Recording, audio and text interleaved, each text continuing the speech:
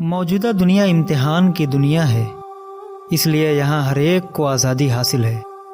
یہ آزادی خود مالک کائنات کی طرف سے دی گئی ہے، اس لیے قیامت سے پہلے اس کا ختم ہونا ممکن نہیں۔ اسی آزادی کا یہ نتیجہ ہے کہ انسان پیغمبر کے اوپر پتھر مارتا ہے، وہ حق پرستوں کو ستاتا ہے اور دعوت حق کے مقابلے میں رکاوٹیں کھڑی کرتا ہے۔ داعی اگر ایسا کرے کہ وہ مدعو کی طرف سے پیش آنے والی شکایتوں پر اس سے لڑ جائے تو دعوت کا کام کبھی نہیں ہو سکتا۔ اس کے بعد دنیا میں جنگ و جدال کی تاریخیں تو بنیں گی، مگر اشاعت دین اور صالح سماجی نظام کی تاریخیں کبھی ظہور میں نہ آئیں گی۔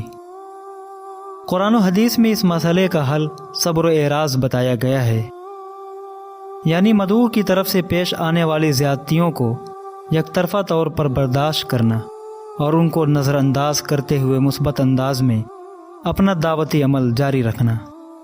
تمام پیغمبروں نے ایسا ہی کیا ہے، اور پیغمبر اسلام صلی اللہ علیہ وسلم نے بھی اسی طریقے پر کاربند رہتے ہوئے اپنے دعوتی مشن کو تکمیل تک پہنچایا ہے۔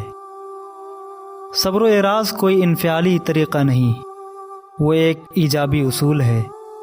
داعی اپنے مدعو کے حق میں آخری حد تک خیرخواہ ہوتا ہے، وہ مدعو کی زیادتیوں پر نہ صرف اعراض کرتا ہے بلکہ زیادتی کے باوجود اس کے دل سے مدعو کے حق میں دعائیں نکلتی ہیں۔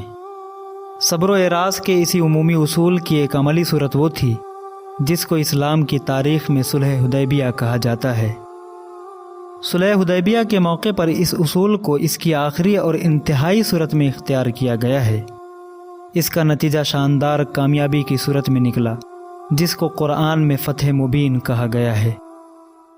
حدیبیہ اصول کا مطلب یہ ہے کہ فریق ثانی سے بے فائدہ نزاع کو ایوائڈ کر کے اپنے لیے کام کا موقع پیدا کرنا، اپنی طاقتوں کو تقریب غیر میں ضائع کرنے کے بجائے تعمیر خیش میں لگانا، حال کے بجائے مستقبل کو سامنے رکھ کر اپنا منصوبہ بنانا۔